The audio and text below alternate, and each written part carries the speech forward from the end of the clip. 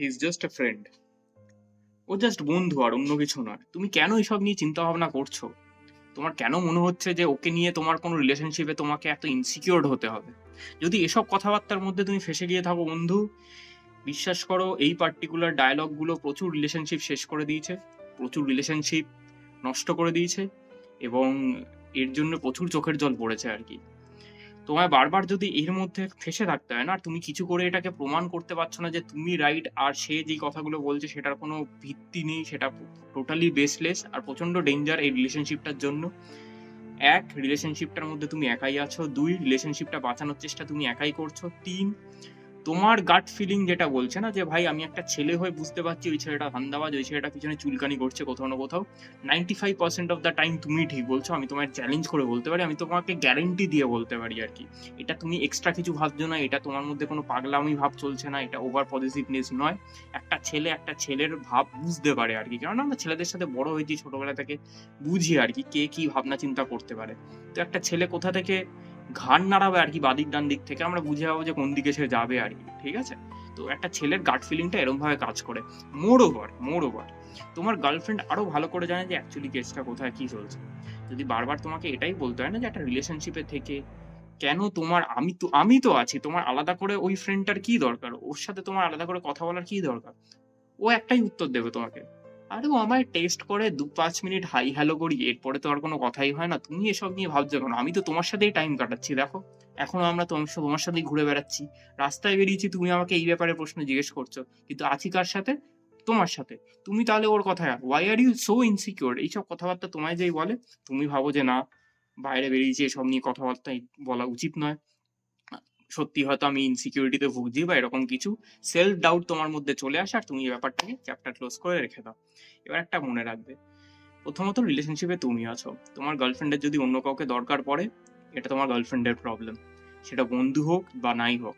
Of course তুমি প্রত্যেকটা বন্ধু নিয়ে ঝামেলা করো না, অফকোর্স তুমি প্রত্যেকটা তার লাইফে যেই আসুক না কেন বা যারাই আছে না কেন তাকে নিয়ে করো না, কিন্তু হ্যাঁ, 1-2-3 জন এমন কেউ থাকবে যাদেরকে তোমার গার্লফ্রেন্ড অ্যালাউ করেছে, মানে কথা বলার জন্য বা কন্ট্যাক্টে থাকার জন্য, এবং তাদের থেকে তুমি বুঝতে পারছো একটা অদ্ভুত ভাইবস আসছে। অ্যান্ড তোমার গার্লফ্রেন্ডও সেটা জানে যে ওই 5 মিনিটস অফ টকিং আজকে উইল লিড টু আধা ঘন্টা of talking, after 1 month or 2 month will lead to 2 ঘন্টা of talking, after 6 months, and maybe cheating and more, right? And মনে রাখবে ওই 5 মিনিট যে কথাটা বলা না, ওটাও এক রকমের চিটিং। প্রত্যেকটা চিটিং খাট দিয়ে শুরু হয় না, কিন্তু খাটে গিয়ে শেষ হয়, রাইট? তো মনে রাখবে এই যে মেন্টাল চিটিংটা হচ্ছে না 5 মিনিট করে এভরিডে, তুমি যেটা ভাবছো 5 মিনিট যদি কথাই বলে দেয় হাই হ্যালো, তাতে কি যায় আসে? ওপেন ওয়ার্ল্ড, ওপেন দুলিয়া, 2025, এখন তো হাই হ্যালো তো হতেই পারে। মনে রাখবে ওই 5 মিনিটের হ্যালোটা তোমার গার্লফ্রেন্ডের মেন্টাল স্যাটিসফ্যাকশনের জায়গা, যেটা তোমাকে ছেড়ে অন্য কারোর কাছ থেকে নিচ্ছে। তো এটা বুঝে নাও যে কোনো রকম ভাবে, আর কোনো রকম ভাবে কোনো জায়গায় তোমার যদি এটা বারবার তাকে বোঝাতে হচ্ছে যে হ্যাঁ তুমি ওকে ছেড়ে ছেড়ে দাও, ও ভালো না, ওই ছেলেটা আমাদের মধ্যে ঝামেলা ক্রিয়েট করবে, রিলেশনশিপে প্রবলেম আসবে, আর তোমার গার্লফ্রেন্ড একটা কথাই বলছে, তুমি ইনসিকিউর, তুমি টক্সিক, ও he is just a friend, তোমার জন্য কেন আমি ফ্রেন্ডশিপটা নষ্ট করতে যাব, ও কি ভাববে? যখন এই কথাগুলো তোমায় বুঝতে হয় না যে হ্যাঁ তোমার থেকে তার ভ্যালু কোথাও না কোথাও একটা ফ্রেন্ড হিসেবে তোমার থেকে বেশি, বুঝে নাও যে রং রিলেশনশিপে আছো। তোমার গার্লফ্রেন্ডের একটা এটা ছকবাজি এক রকমের, যে অন্যান্য ছেলেদের কাছ থেকে ভ্যালিডেশন নেওয়া, অন্যান্য ছেলেদের কাছ থেকে 5 মিনিট অফ, যেটাকে বলে এক রকমের মানে অ্যাটেনশন গ্র্যাব করা, and so called and so forth, সে সারাক্ষণ একটা কোথাও না কোথাও একটা অ্যাটেনশন পাওয়ার চেষ্টায় পড়ে আছে।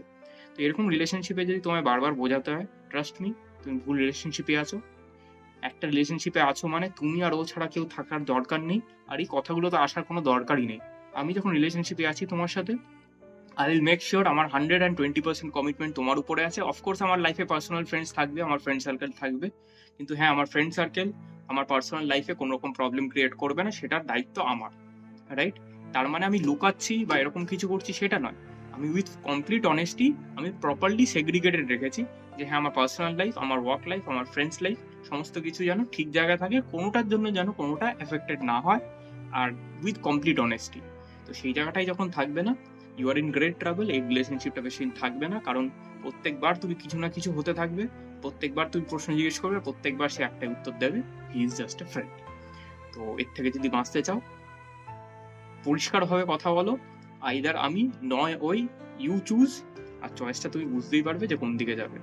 যদি চয়েসটা আজকে কোনোরকম ভাবে তোমার দিকে আসেও, অ্যান্ড নেক্সট টাইম আবার যদি অন্যরকম ভার্সনের থ্রু থেকে তোমার মনে হয়, অন্যরকম টাইপের থ্রু থেকে যদি মনে হয় যে আবার অন্য কোনো ছেলের সাথে এরকম ভাবে কথাবার্তা হচ্ছে যেটা তোমার পছন্দ হচ্ছে না, ইটস টাইম যে ভাই তুমি তোমার লাইফটা নিয়ে থাকো। আমি এক রকমের কমপ্লিট আলাদা রকমের একটা কমিটেড রিলেশনশিপ চাইছি, সেটা আমি তোমার কাছ থেকে পাচ্ছি না। আমি এরকম টাইপের প্রশ্ন তোমাকে করতেই যাবো না, রাইট? যেখানে প্রশ্ন করতে হচ্ছে সেখানে থাকা উচিত না। অল দ্য বেস্ট, ভালো থেকো, সুস্থ থেকো, জয় শ্রীরাম, হরে কৃষ্ণ। চলো বাই।